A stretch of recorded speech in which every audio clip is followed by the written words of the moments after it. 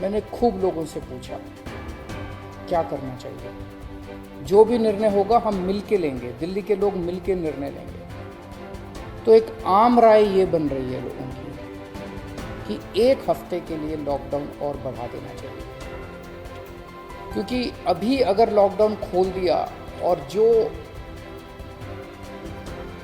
कुछ हमने पिछले 1 महीने की इतनी कड़ी मेहनत, संघर्ष और त्याग की वजह से पाया है, कहीं वो ख़त्म ना हो जाए। तो सबकी आम राय ये है कि 1 हफ्ते के लिए और लॉकडाउन खोल देना चाहिए। तो दिल्ली सरकार ने ये निर्णय लिया है कि 1 हफ्ते के लिए लॉकडाउन और बढ़ाया जा रहा है।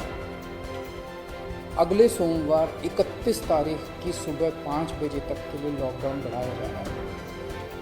अगर केसेस के घटने का सिलसिला इसी तरह से जारी रहा अगले 1 हफ्ते, मेरा आप सब लोगों से अपील है, निवेदन है, जैसे आपने अभी तक सहयोग किया, आपने अभी तक कठोर अनुशासन का पालन किया, लॉकडाउन को फॉलो किया, इसी तरह से आप आगे भी जारी रखेंगे, कोरोना के नियमों को आगे भी फॉलो करेंगे।